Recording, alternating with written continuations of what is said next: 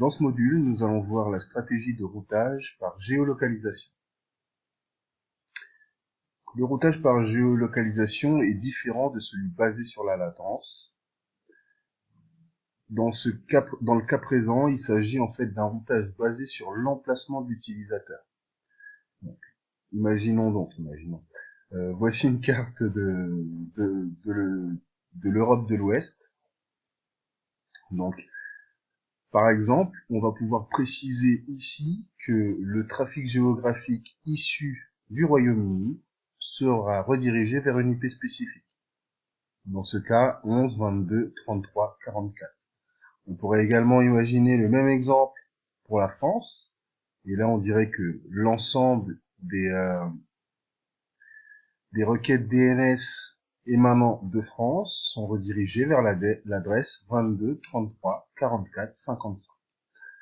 Et si jamais on a des utilisateurs qui se connectent à notre application depuis d'autres zones du monde, on a la possibilité de créer une zone par défaut et du coup, tout utilisateur n'étant ni issu du Royaume-Uni ni de la France sera redirigé vers notre instance par défaut, notre IP par défaut, qui ici se trouve en Allemagne au niveau de Francfort à peu près.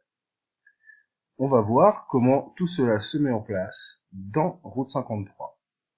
On retourne dans Route 53, on va créer un nouvel enregistrement et cette fois-ci basé sur la géolocalisation. Suivant, on va donner un nom à notre enregistrement, on va l'appeler Europe, puisqu'on souhaite que les utilisateurs qui se connectent depuis l'Europe, on va l'appeler Géo, on est sur de la géolocalisation, et donc on va, avec un TTL de 60 secondes, définir des enregistrements de géolocalisation. Pour ce faire, on travaille toujours sur de l'IP. On va dire que tout ce qu'il vient d'Irlande, par exemple,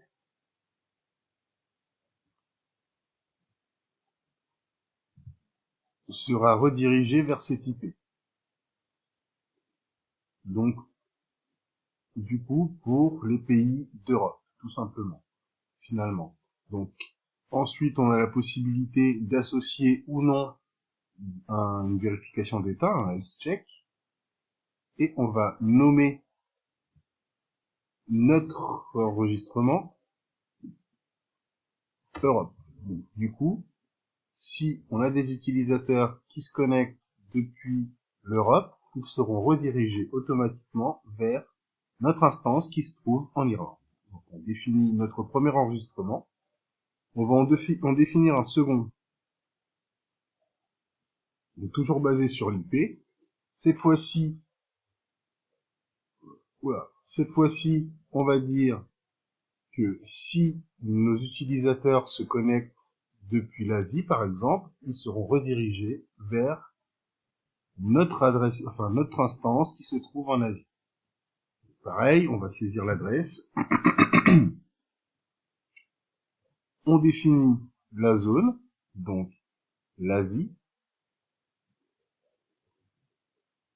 On a toujours la possibilité d'appliquer une vérification d'état, mais on n'en a pas besoin pour l'instant. Donc du coup, on va juste rentrer l'ID, on va mettre Asie. Et donc là, on est sûr que si l'on se connecte depuis l'Asie, on sera redirigé vers notre instance qui se trouve à Tokyo. On va créer un dernier enregistrement par défaut. Donc toujours pareil depuis une adresse IP. Et on va dire que si nos utilisateurs se connectent depuis une autre zone du monde que l'Asie ou l'Europe, eh bien ils seront redirigés vers notre instance qui se trouve en Allemagne, à Francfort. Donc, du coup, pareil ici, au niveau de l'emplacement, on va dire que c'est notre option par défaut. On pourrait l'associer avec un health check, mais pas nécessaire, encore une fois. Et on va l'appeler défaut.